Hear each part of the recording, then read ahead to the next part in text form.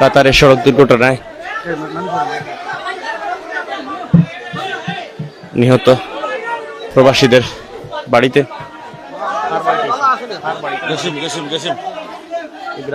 কাতারের মর্মান্তিক সড়ক দুর্ঘটনায় ৮-৯ জিনকাবাড়ি ইউনিয়নের কাতার প্রবাসী জসিম যিনি রয়েছেন, সেই জসিমের বাড়িতে আমরা আছি।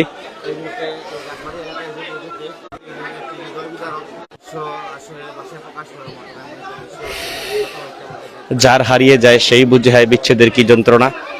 প্রিয় মানুষকে হারিয়ে পাগল প্রায় আত্মীয় স্বজনরা। এবং গত ২১শে জুন কাতারের নেওয়া শহরে সড়ক দুর্ঘটনায় একই সাথে নিহত হন গাছবাড়ি এলাকার ৫ জন প্রবাসী। আজকে ৫ জন প্রবাসীর লাশ তাদের নিজ নিজ বাড়িতে এসে পৌঁছেছে। আমরা এই মুহূর্তে আছি সিলেট জেলার কানাইঘাট উপজেলার ৮ নং জিঙ্গেবাড়ি ইউনিয়নের আক্তালুক গ্রামে মৃত কাতার প্রবাসী জসিমউদ্দিনের বাড়িতে আছি।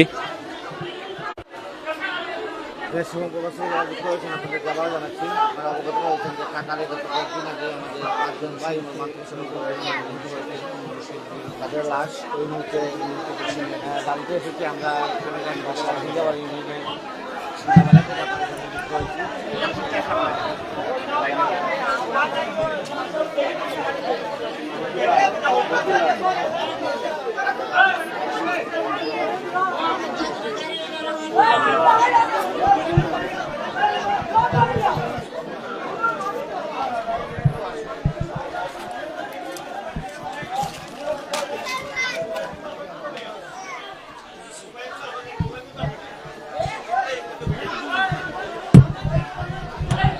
প্রিয়জনদের হারিয়ে একেবারে শোকাবহ প্রতিটি পরিবার।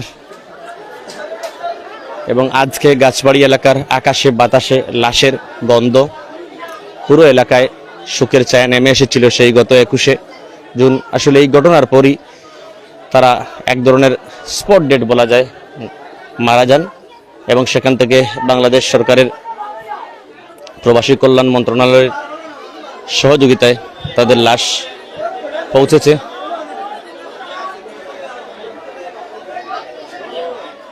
আমরা আজকে আধুনিক টিভির টিম, আপনারা দেখছেন যে ফজরের পর থেকেই লাশ, এই ঘটনার ঘটার পর থেকেই আধুনিক টিভি টিম পুরোপুরি এই নিউজটি কভার করে আসছে।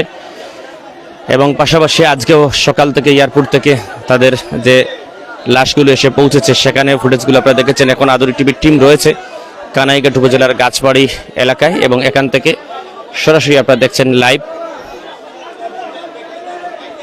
আজ বাদ জোহর আকুনি মাদ্রাসায় দুপুর ২টার দিকে কাতারের সড়ক দুর্ঘটনায় নিহত ৫ জন প্রবাসীর জানাজা হবে। তারা যারা যারা মারা গেছেন তারা হলেন মোস্তাক, জসিম, জুবায়ের, জিবাল,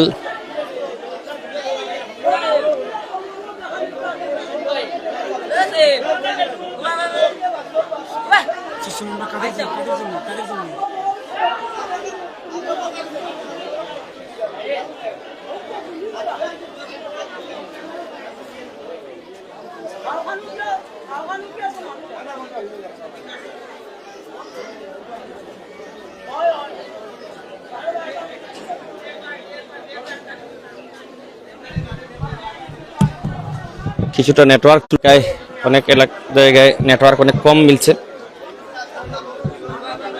আমরা দেখছি এই খবরটি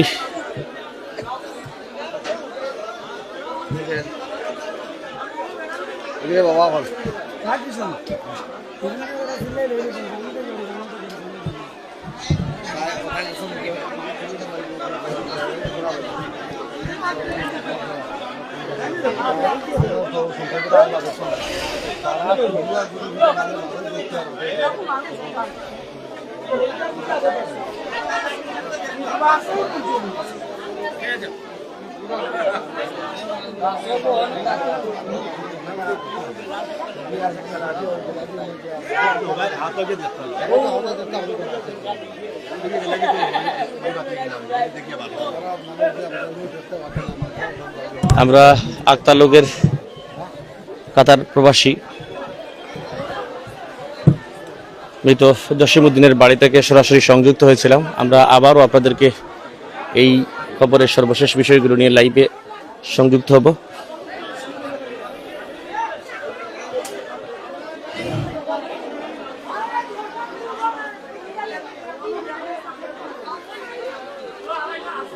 দর্শক বিদায় নিচ্ছি, সবাই ভালো থাকবেন, সুস্থ থাকবেন। আবারও আমরা সংযুক্ত হব এবং জানাজার নামাজ সহ সর্বশেষ আপডেট দেখতে চোখ রাখুন আধুনিক টিভিতে। বিদায় নিচ্ছি, আসসালামু আলাইকুম।